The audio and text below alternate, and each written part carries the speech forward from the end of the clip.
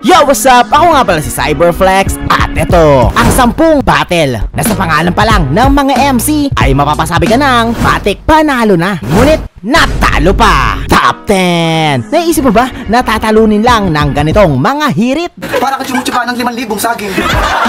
Ang hindi masisid na lyrics ni Balakid. Alam mo, malupit yung freestyle mo, yan ang pagkakamali mo. Estilo mo pang kanto, hindi pang matalino. Well, nung panahon kasi na to, jokes over bars pa talaga ang uso. Nakita ko to siya, nagnakaw pa ng mothballs. Kaya kahit ano pa ang lalim ni Balakid, Walang pinagkaiba ang freestyle mo kay Silencer. At dahil wannabe disipan ka, ikaw ang gagawin kong target ng aking caliber.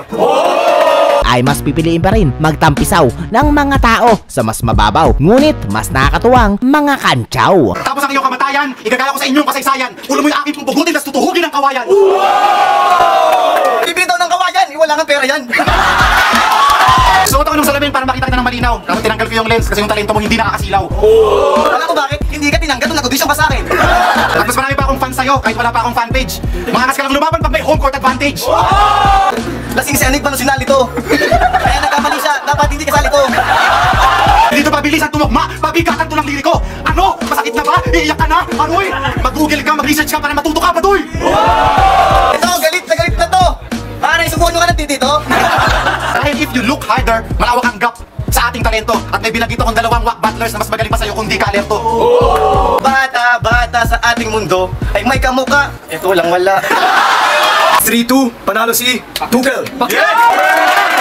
What? Top 9 ay si Balakid pa rin, pero this time ay pumasok na siya sa kanyang prime at isa na sa mga favorite MCs. Kaya naman sa pagsali niya sa Isa Buhay 2013 ay itinuturing na siyang bilang pinakamalaking tinik. Kaya naman sa pagtuntong niya sa finale ay we all know na Balakid will get it all kasi kalaban niya si Aklas, and that time Aklas was just kaya talagang minaliit niya lang ito. Kung pag-battle ko sa'yo, for formality na lang. Yung grand prize na sa akin na, bumalik ka na lang. Ngunit ang hindi niya alam ay malakas pala ang hangin na dala ng bagyong Aklas. Ito na, ilalabas ka na! Dahilan upang mabaklas ang barikada ni Balakid.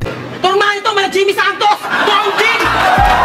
Bonding! Bonding! Naka-pricing! Abusing! At naiingit ka pala sa naman ni Jimmy Santos! Kumain ka kaya? Nagsusulong kami ng panlibo ng evolusyon! Philip, Aklas ka lang! Kami, revolusyon! Hindi mo na naranasan maging totoong hip-hop, humasin sa street, magulpe, mahuli ng pulis! Ikaw lang ang bukod tangi! Nagtataka ako kung weirdo ko, mas weirdo ka pag nasa Cavite! 6-1! Dahil sa champion ay Isa Buhay, si Aklas! Top 8. Bukod sa unexpected na pagcha-champion ni Aklas, ay alam nyo bang hindi rin naman expected ang kanyang pagiging finalist? At yan ay dahil nakaharap niya sa semis ang all-time crowd favorite na si Sinyo. Ako, aminadong payat, pero si Aklas, mukha kang bungo na may balat. Kumbaga, Sinyo versus Balakid sana talaga ang trip ng mga fans. Dalawang paboritong manok, kaso nga lang siya ay nag-joke. Uwi! Uwi! Uwi! Pauwi ka ng pauwi, hindi ka makapaghintay. Uuwi rin ako, uuwi akong kasama ang tagumpay. Meanwhile, Mga linya ko, malabong mapatid. 2 seconds later. Nakalimutan ko na linya ko po. Kasi wala ka na bang lakas ninyo? Ding! Ding! Ding! 30% pa lang pinapakita ko sa lakas ko. Tsaka yung sinasabi mong 30%, hindi kasi Taguro. Mas kamukha mo yung kapatid ni Taguro. Yung kapatid ni Taguro, Taguro din yung pangalan nun. Kaya pwede mong gamitin Taguro sa pangalan ko. Joke. Uwe! Uwe! Uwe! 5-0, pasok sa finals, magingay para kay Aklas! Mabuhay yung mga taga-kabilang mundo! Top 7. And now entering the prime of Sinyo ay take note, marami na siyang napatunayan nung panahon na to. Tapos ipapares mo pa sa Einstein ng flip top na si Tipsy D. Kami ay nagkasundo. Men, parang KD at Westbrook yun. Yun nga lang, katulad din nila ay hindi rin sila nagkampiyon nang makaharap nila ang tandem na hinasa ng panahon. Ako si Kurabi ka! Matagal kong hinintay ang pagkakataon na makaharap ng payasong salbahe! At ikaw, alalay! FCD, at sino kagasan? Mukhang panalo ka kahit sino kalaban. So paano naman Sayang naman itong costume ko. Bonus round na lang ba kami? Yung kayabangan na yan, minsan na namin nasabi noon. Kahit kami, hinasa ng kabatiman at panahon habang tandem nyo, binuo lang ng ambisyon Na magkampiyon! May asawa kang tao, tapos kung dumiskarte ka sa ibang babae, lantaran. Kaya nga nung event natin sa Banay-Banay Laguna, biglang may dumating na chick. Ang sabi mo, chicks yun yung kasama mo! Idol, hindi ka ba kinikilabutan? Pag meet and greet lang, walang antut! 7-2! Share na Nemsa! Top 6 ay ang pangatlong sali sa isabuhay ni Apex. After ng kanyang 2 losses, kinamot at 6 threat. Natural, halos lahat ng flip-top fans noon ay gustong-gusto na siya na ang magkampiyon. Kulang na nga lang i-announce eh. Yun nga lang, siya na ata talaga ang Chris Paul ng liga. Nang gripuhan siya at ilaglag sa semis ng bagong hasang, Goryong Talas. Goryong Talas, tang pangalan yan, pang sinimawan. Record na. Kaya kamusta, Tony? Sinapat ka sa uling pambato ng Chingchong. Try mo pang lumaban ng beer pong sa drunken masang ng ingkong. Indoor sports lang to sa akin, ping-pong. Kaya wala akong pake. Simpson, magaling ka mang ungay sa mga laban mo, tama? Epe, ngayon durog ka kay King Kong. Gunggong! Siya daw, yung pinabatang Brad Pitt. Seryoso? Jano Gibbs, hindi mo kami maloloko. Jano Gibbs na walang ganong gigs. Sabi nga nila ako si Jano Gibbs, pero di nila alam, Paolo Abilino sa Malapitan. Ano bang pinunta mo rito? Mas babusay ako! Oo! Kensino wala pang ex! Masaragan ako sa Ubex! Panggaspangan ang aking specs! Basta ka sa rider na DMX! Kami ka ako na rider ni BTX! Ako magka-champion ka rin sa isang buhay, Pex. Kaso di ngayong taon. Ang boto ng Murado, 3-2, advancing sa finals. Magingay, para kay Goryong Talas. Shoutout kay Apex. Top 5. Sa panahon ngayon, naiisip mo bang matatalo ni Zaito ang pinagsamang Akata at Tipsy D? Well, malamang hindi. But credit sa mga kasama ni Zaito, pero promise, halos binalibag lang ni Zaito mag-isa ang dalawang to. Sama mo pa ng tatlo sa first ever 5v5 battle sa Flip Top. Kahit anong gawin yung pagbangga, hindi nyo kaya tibagyan ng depensa pinagsamang abakada at arma letra. Eh, kung pektosan kita! Hindi porke mas malaking ngipin mo, ako ay natibag na. Kahit taga-Cavite ka sa ito, mas mukha kang taga-Libleb. Sa sobrang itim mo, di ka tinatabla ng chikinini sa leeg. Kulang yung ngipin mo, lumipat kay Zaito. Ano yan? B-side? Pwede nang galapin ang finals ng 2x2 sa gilagid mo! Sa laki ng space niya! You have an army, we have a house. Para sa alaman ng 5 bulbuling tarantado! Scientifico, nabasa ko sa isang lumang tabloid na abante, kilabot na makukulam ang kapangyarihan mo ay tae! Nico! Akala mo kung sinong magaling, akala mo kung sinong matibay. Mula noon hanggang ngayon, pakainin pa rin ng nanay. Tipsy D, ang payatot na tuko na mukhang tinamaan ng kidlat. Nangarap maging tao kasumyari sa burat. Huwag mo nga akong asahan na parang ganap kang veterano. Ako gusto mong pakuhan kita sa ulo. Ikaw, Artie! Mukha kang baboy na masiba. Lahat kakainin, pati tayo na nilaga. Kamandag! Isang gabi ako'y tulog sa kasarapan ng magdamag. Nang makarinig ako ng isang napakalakas na lagabag, ako'y napabalikwas. Sabi madaling araw mga kapitbahay na sisigawan sa labas. Magnanakaw na laglag! Magnanakaw na laglag! Ng aking nilimod! Si Kamandag! Boto, 5-0 para sa Calabarzon. Top 4 ay ang labang Delo versus Romano sa isabuhay semis. Well, hindi lang natin to ine-expect, kundi gusto rin nating makitang manalo si Delo. Para naman makaganti na siya sa ginawa sa kanyang pambabalasubas ni Batas noon. Water, Pulume, Jolog, Kadire. Sa finals, makakalaban si Batas! Yun nga lang, ibang Delo ang nagpakita sa laban na to. I'm a big fan of Delo, pero ayoko na nga tong marinig eh. Dahil ang malumanay na Delo Bakit ka kasi sumisigaw? Wala tayo sa himagsikan. ay naging masakit sa tenga. Alam mo yung street? Alam mo yung street? Diretso. Dahilan upang patahimikin siya ng rookie na Romano. Yung dating Delo kalmado, naging puro sigaw. Wendell, ang gusto kong makalaban si Delo, ba't di mo siya ilitaw? O baka kailangan nalang tanggapin ng mga tao na yung dating Delo, hindi na ikaw? Gaga! Kahit kailan wala pa akong nabalita ang nakapatay ang blanco na bala. Humina ba si Delo? Humina ba si Delo kaya lahat na nibago? Hindi ka humina, sadyang nag-improve lang pati yung mga taong nakikinig sa duelo. Ito ang boto, 5-2, pasok sa finals! Agiyay para kay Romano! Top 3 ay ang undefeated that time na si Smaglas kontra sa choker na si Apok. Ako pinakademonyo mag-rap! Teka.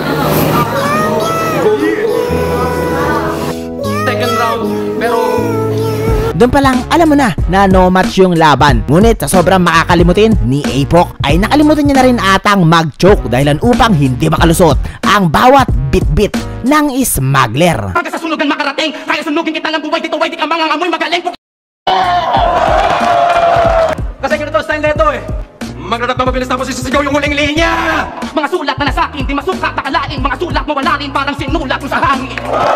Mabilis ka na sa pagharap pero nilalaman naman ay simple.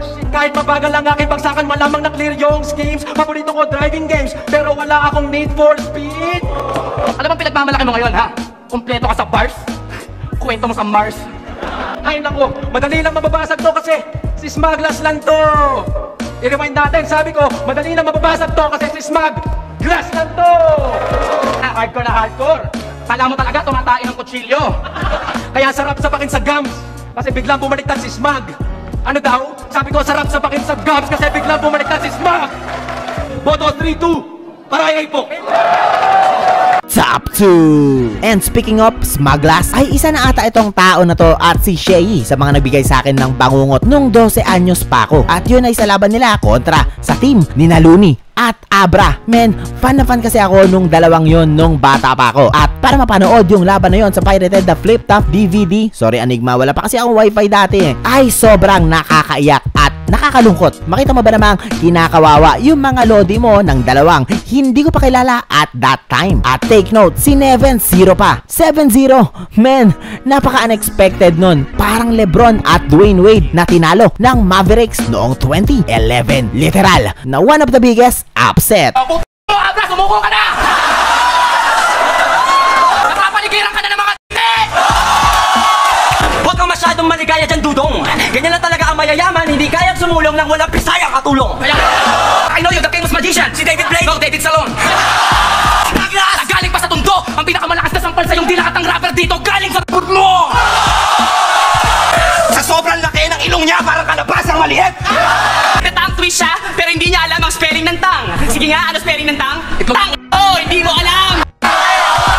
Oy, uubot ka ng fake. Puro ito yung bumubuto sa face. Pumatay ka sana sa bumubuto sa age. Magpataya ka na lang ng ending, kaya ka lang naman nag-trending kasi nahulog ka sa stage. Para mas sumikat na binata, makilala bukod pa sa nagawang pag-bite. Alam ko magaling ka mag-freestyle, pero triple time! Stamina pa, eto yun. Pagkaulog ko yung ginagawang issue na siyang humubog ng galit sa akin bumangon nung araw na yun, kaya tawag ko doon hulog ng langit! Usapang lalaki! O, hindi ka kasali. Alam mo ba, Smag? Teka lang, gago, kumakanta si Abra. Ano kinakanta? If I were a boy! Sino ka? Sino ka? Sino siya? Siya sila yung malaki ulo na semipano. Na feeling pogi, eh lumamang ka lang naman kaysa ikaw ng konti.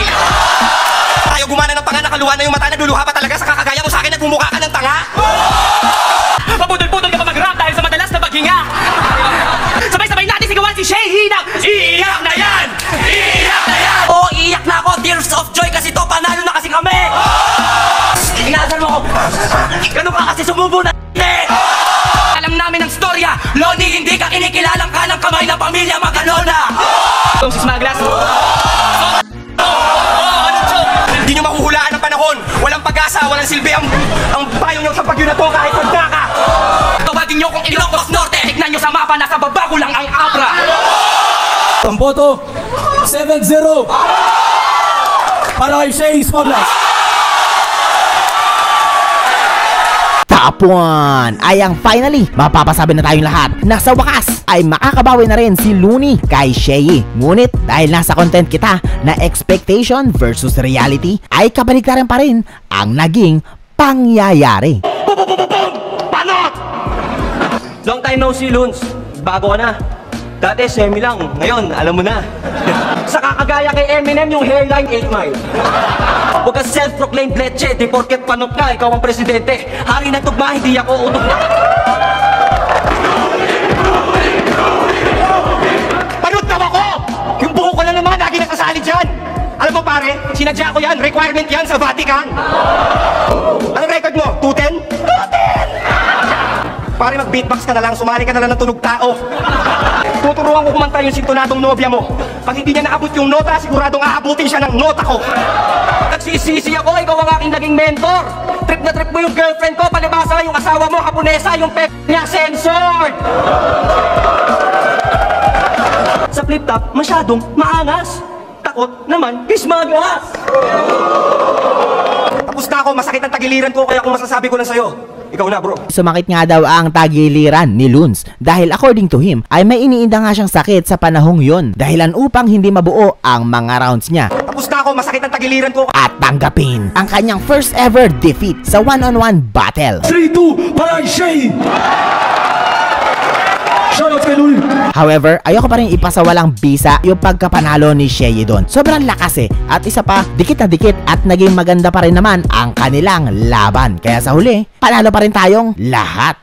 Ako nga pala si Cyberflex. Nagustuhan mo ba ang video na ito? Kung oo, ay mag-like ka na. At huwag kalimutang mag-subscribe sa aking YouTube channel. I were a boy.